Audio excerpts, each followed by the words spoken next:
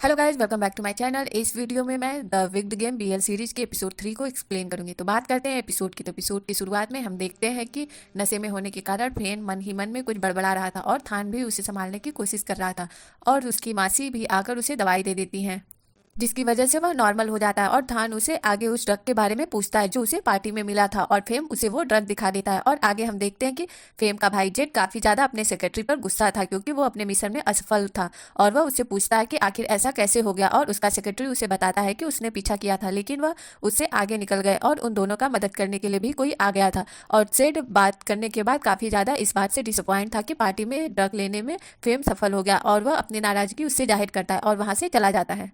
आगे हम देखते हैं कि फेम और थान रिकॉर्ड देख रहे थे कि उस ड्रग के बारे में उन्हें कोई रिकॉर्ड मिल भी रहा है या नहीं, लेकिन कुछ भी ना मिलने के कारण फेम काफी ज्यादा परेशान हो जाता है। लेकिन तभी उसकी नजर थान पर पड़ती है और वो उसकी गोद में लेट जाता है। और थान उससे पूछता है कि तुम मेरी गोद में क्यों लेटे हुए हो। और फेम उससे कहता है कि मुझे थोड़ी देर सोना है। और वह उसकी तरफ ही देख रहा था, लेकिन तभी थान वहां से उठ जाता है और फेम उससे कहता है कि क्या हुआ। और वह उसे उस रिकॉर्ड को दिखा देता है, जिसको देखने के बाद फेम उससे कहता है कि अब वो इन सबसे नहीं बच सकते। अगली सुबह हम देखते हैं कि फेम की बहन की सेक्रेटरी उसे बता रही होती है कि आपके डैड ने आज मीटिंग रखी है और कुछ इम्पोर्टेंट हम सबके साथ शेयर करना चाहते हैं। तभी हम देखते हैं कि थान और फेम एंटर करते हैं और वह लिफ्ट के अंदर घुसने ही वाले होते हैं, लेकिन तभी उनके ऊपर जाने से पहले जेट उसे धमकाने लगता है। लेकिन फिर उससे कहता है कि कल रात तुम्हें भी पार्टी में होना चाहिए था ताकि मैं अब डैड को तुम्हारी पार्टी की सारी स्टोरी सुना सकता। लेकिन जेट उससे कहता है कि तुम डैड के सिर्फ एक मिस्ट्रेस के बेटे हो और कुछ नहीं। लेकिन फेम उसे कहता है कि लेकिन उसकी वाइफ का बेटा तो काफी ज्यादा बिगड़ा हुआ है और वह यह जानकर काफी ज्यादा खुश हो जाएंगे कि वो एक ड्रग डीलर भी है। लेकिन जेट थान से डॉक्यूमेंट्स लेने की कोशिश करता है, लेकिन वह उस काम में सफल हो जाता है। लेकिन तभी उसके डैड का सेक्रेटरी वहां पर आ जाता है और फेम को ऑफिस के अंदर बुला लेता है और फेम भी थान के साथ वहां से चला जाता है। आगे हम देखते हैं कि फेम अपने डैड के सामने सारे डॉक्यूमेंट्स उनको दिखाता है और थान भी उनसे कहता है कि मैं एक पुलिस ऑफिसर हूँ और मेरी इन्वेस्टिगेशन में यह सामने आया था कि रे नाम का लड़का इन सब में इन्वॉल्व था। लेकिन तभी मुझे मेरी जॉब से निकाल दिया गया था। और उसके डैड उससे बोलते हैं कि वे मतलब जेठ का दोस्त, तो क्या तुम अपने भाई को इन सब में फंसाना चाहते हो। लेकिन फिर उनसे कहता है कि नहीं, लेकिन वह जो भी ड्रग यूज कर रहे थे वह उस पार्टी में इसी हॉस्पिटल से आया था, जिसकी वजह से हमारे हॉस्पिटल की रिपुटेशन डैमेज हो सकती है। लेकिन उसके पापा उससे कहते हैं कि मैं यह बात कैसे मान लूँ कि तुम अपने भाई के अगेंस्ट कुछ प्लानिंग नहीं कर रहे हो। जिस पर फेम उनसे कहता है कि मैं 5 साल पहले सिंगापुर में था और इस सब की शुरुआत 5 साल पहले हुई थी। हॉस्पिटल से ड्रग तभी गायब होने शुरू हो गए थे और उनके डैड उसके सेक्रेटरी को सारे डॉक्यूमेंट्स क्लेरिफाई करने को बोलते हैं और फार्मासिस्ट के साथ मीटिंग भी बुलाते हैं। और उसके डैड का सेक्रेटरी सारे डॉक्यूमेंट छानबीन करने की कोशिश करता है और यह सब जेड का सेक्रेटरी आकर उसे बताता है कि उसके डैड ने सारे फॉर्म्स स्टेटस को मीटिंग के लिए बुलाया है। पर जेड उससे कहता है कि मैंने तुमसे फेम के बॉडीगार्ड के बारे में इंफॉर्मेशन निकालने को कहा था, क्या तुमने अपना काम किया। और वह उसे थान की फाइल दिखाता है और उससे यह भी कहता है कि यह एक पुलिस ऑफिसर है जो ट्रक के बारे में ही छानबीन कर रहा था। और जेट को यह बात जानकर बिल्कुल भी सरप्राइज नहीं लगता कि इसी वजह से वो इन सब के बारे में बहुत कुछ जानता है और वह काफ़ी ज़्यादा स्ट्रेसफुल हो जाता है। और उसे स्ट्रेस में देखकर उसका सेक्रेटरी उसके करीब आकर बैठ जाता है और उससे कहता है कि मिस्टर जेट, आप प्लीज़ इतना मत सोचिए। लेकिन तभी जेट उससे कहता है कि जब तक यह हॉस्पिटल मेरा नहीं हो जाता मैं शांत नहीं बैठ सकता। आगे हम देखते हैं कि थान का दोस्त उसे बताता है कि तुम्हारे घर पे जो हमला हुआ था उसके बारे में इन्वेस्टिगेशन बुलाई थी, लेकिन सारे सीसीटीवी कैमरा को बंद कर दिया गया था। लेकिन जल्दी सच सामने आ जाएगा। और उसका दोस्त उसे बोलता है कि वह उसके फेवर में उसे आज ड्रिंक करने के लिए लेकर जाएगा। लेकिन तभी हम देखते हैं कि आगे फेम खड़ा होता है जो थान की तरफ देख रहा था और वह उसके दोस्त से पूछता है कि तुम दोनों कहाँ जा रहे हो। और उसका दोस्त उसे बुलाता है कि हम अभी ड्रिंक करने के लिए जा रहे हैं और वो तीनों एक साथ ही ड्रिंक करने के लिए बाहर आ जाते हैं। आगे हम देखते हैं कि नशे में थान काफ़ी ज़्यादा डांस कर रहा था और वह गाना भी गा रहा था, जिसको देखकर फिल्म काफ़ी ज़्यादा खुश हो जाता है और वो उसे और भी ज़्यादा अच्छा लगने लगता है। खान उससे बातचीत करता है कि वह जल्दी से जल्दी एविडेंस अपने डैड को सबमिट कर दे ताकि वह उसकी पुलिस वाली नौकरी फिर से ज्वाइन कर पाएगा, जिसे देखकर फिल्म को अच्छा नहीं लगता। लेकिन आगे थान उसके साथ ड्रिंक करता है और उसे अपनी तरह गाना भी सिखाता है। और वह काफ़ी ज़्यादा ड्रंक था तो उसे वह छोड़ने के लिए घर जा रहा था। लेकिन तभी थान उससे कह रहा है कि मैं तुम जैसे रिच लड़कों को जानता हूँ और तुम मुझे सिर्फ एक खिलौने की तरह इस्तेमाल कर रहे हो, लेकिन अगर तुम मेरे लिए सीरियस नहीं हो तो यह करना बंद कर दो। लेकिन फिर मुझे कहता है कि तुम काफ़ी ज़्यादा नशे में हो तो मैं तुम्हें घर छोड़ने के लिए जा रहा हूँ। और वो उसे अपनी कार में ही घर छोड़ने के लिए लेकर जा रहा होता है। लेकिन आगे जब वो गाड़ी में जा रहे थे तो थान काफ़ी ज़्यादा ड्रंक था और उसे उल्टी भी आ रही थी और फेम कार रोक देता है और तभी फेम बाहर आकर उल्टी करने तभी थान बाहर आकर उल्टी करने लगता है, लेकिन तभी उसकी नज़र चिल्ड्रन प्ले गार्डन पे जाती है और उसे देखकर यह बोलता है कि मुझे मुझे यह जगह जानी पहचानी सी लग रही है, और वह भागकर उसकी तरफ ही जाने लगता है और फेम भी उसके पीछे आ जाता है और उसे बोलता है कि तुम यह सब क्या कर रहे हो।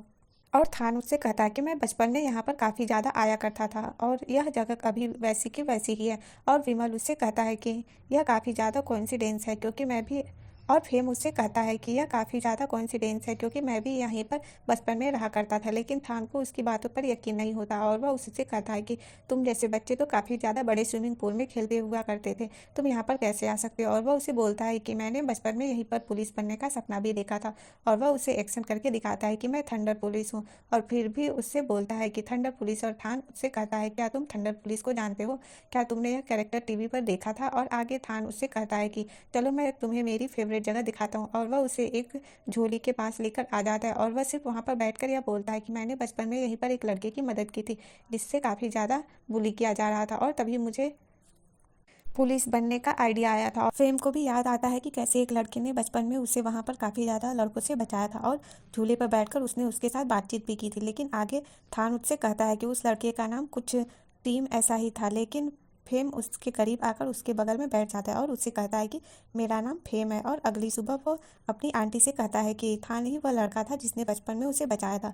और उसकी आंटी भी उससे कहती है कि यह कितना बड़ा कॉइंसिडेंस है कि तुम्हारा बचपन का हीरो तुम्हें फिर से बचाने के लिए आ गया है। लेकिन वह यह बात जानकर बिल्कुल भी खुश नहीं होगा कि अब तुम कोई हीरो नहीं हो बल्कि विलेन हो। और फेम कहता है कि विलेन हॉट ज़्यादा होते हैं। लेकिन उसकी आंटी उसे यह भी कहती है कि अगर थान को यह बात पता चल गई कि उसका दुकान और सभी रेस्टोरेंट तुमने ही तुड़वाए थे उसकी हेल्प करने के लिए ताकि वह तुम्हारी हेल्प कर सके, तो उससे काफ़ी ज़्यादा बुरा लगेगा और वह तुम्हें शायद माफ़ भी नहीं करेगा।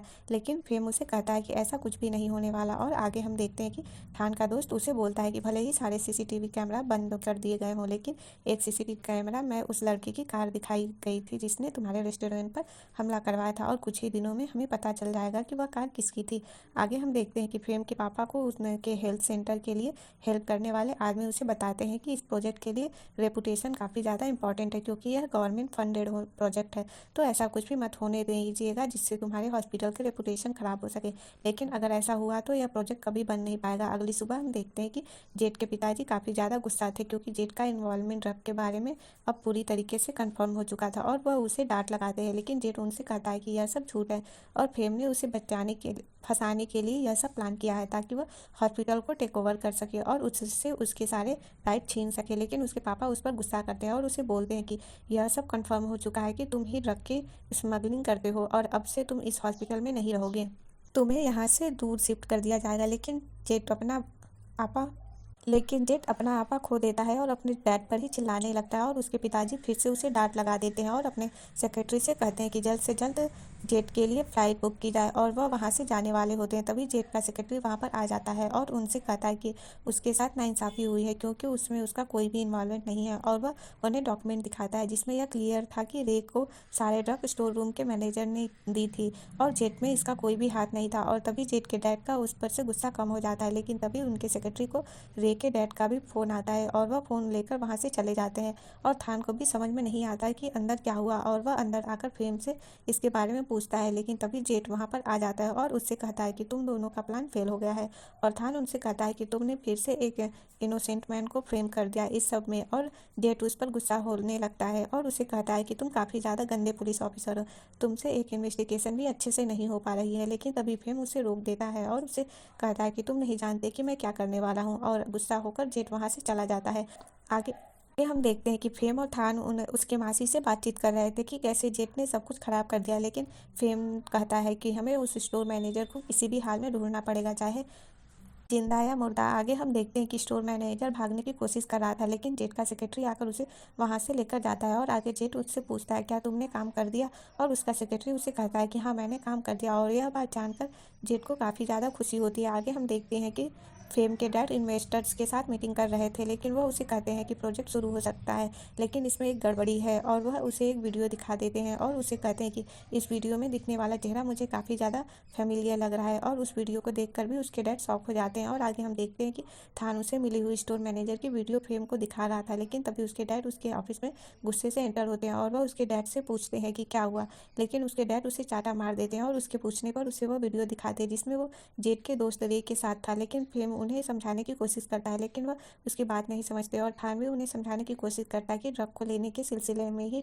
वो उस पार्टी में गया था, उसका कोई भी दूसरा इंटेंशन नहीं था। लेकिन उसके डैड उसे फिर से एक चाटा मारते हैं और उसे कहते हैं कि मुझे लगा था कि तुम स्मार्ट होगे, लेकिन तुम भी अपनी माँ की तरह ही हो। और वह उसे गुस्सा होकर वहाँ बोलते हैं कि तुम सिंगापुर वापस चले जाओ, तुम्हारी यहाँ कोई भी ज़रूरत नहीं है। और वह वहाँ से गुस्से से चले जाते हैं। और यह बात फेम को काफ़ी ज़्यादा बुरी लगती है, लेकिन थान उसे समझाने की कोशिश करता है।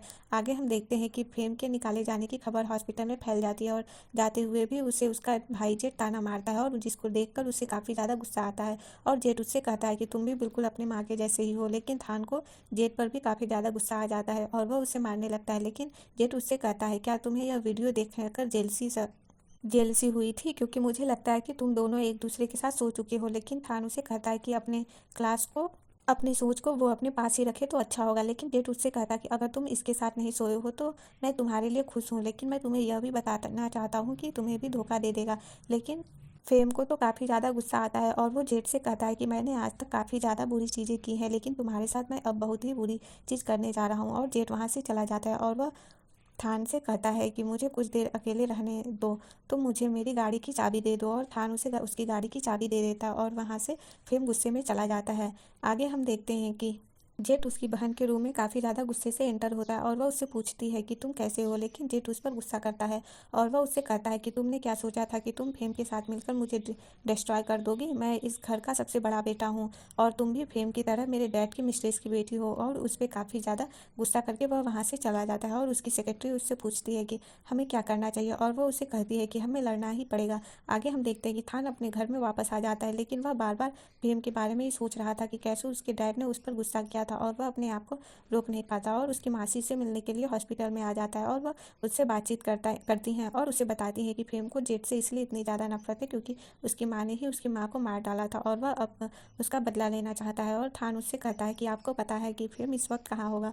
और उसकी माँ उससे उसे बताती है कि फेम को कभी गुस्सा आता है तो वह बहुत ही ज़्यादा अपसेट हो जाता है और वह अपनी माँ के पुराने घर पे चला जाता है। आगे हम देखते हैं कि जेठ और उसका सेक्रेटरी बहुत ही बड़ी प्लानिंग कर रहे थे और वह काफ़ी गन के साथ वहाँ से निकलने के लिए तैयार हो रहे थे। और वो जेठ से कहते हैं कि अब आपके रास्ते में कोई भी नहीं आएगा। और जेठ उसे कहता है कि फेम का मरने से पहले एक वीडियो जरूर ले लेना, और वह वहाँ से चला जाता है। और जेठ को भी काफ़ी ज़्यादा खुशी होती है यह बात जानकर कि अब फेम उसके रास्ते में कभी भी नहीं आने वाला। आगे हम देखते हैं कि थान फेम के घर के बाहर ही खड़ा था और वह उसे कॉल करके बताता है कि उसके घर के बाहर ही है। और फेम दरवाज़ा खोल देता है और थान अंदर आ जाता है और उससे कहता है कि मुझे तुम्हारा मूड ठीक करने के लिए एक आइडिया आया है, क्या हम दोनों आज रात डिनर करने के लिए बाहर जा सकते हैं। और फेम मुझसे कहता है कि तुम्हारा मूड काफ़ी ज़्यादा अच्छा है, कहीं तुम्हें मेरी फिक्र तो नहीं हो रही है। तो मेरी मासी ने मुझे बताया कि मेरी फैमिली के बारे में मैं अगर तुम्हें उसने बताया है तो मेरी चिंता मत करो, मैं ठीक हूँ। और आगे फिर फेम अपनी माँ के बारे में सोचकर काफ़ी ज़्यादा इमोशनल हो जाता है, लेकिन थान उसे करीब आकर अपने गले लगा लेता है और उससे कहता है कि तुम्हें बुरा मानने की कोई भी ज़रूरत नहीं है और तुम अकेले नहीं हो, मैं और तुम्हारी मासी तुम्हारे साथ ही हैं। और फेम उसकी तरफ देखता है और उसे करीब आकर वो किस करता है और थान उसे वापस से किस करता है और वह दोनों ही काफ़ी ज़्यादा इमोशनल हो जाते हैं। और विद गेम का थर्ड एपिसोड यहीं पे खत्म हो जाता है। आपको ये एपिसोड कैसा लगा कमेंट बॉक्स में ज़रूर बताएं and please subscribe my channel and thanks for watching.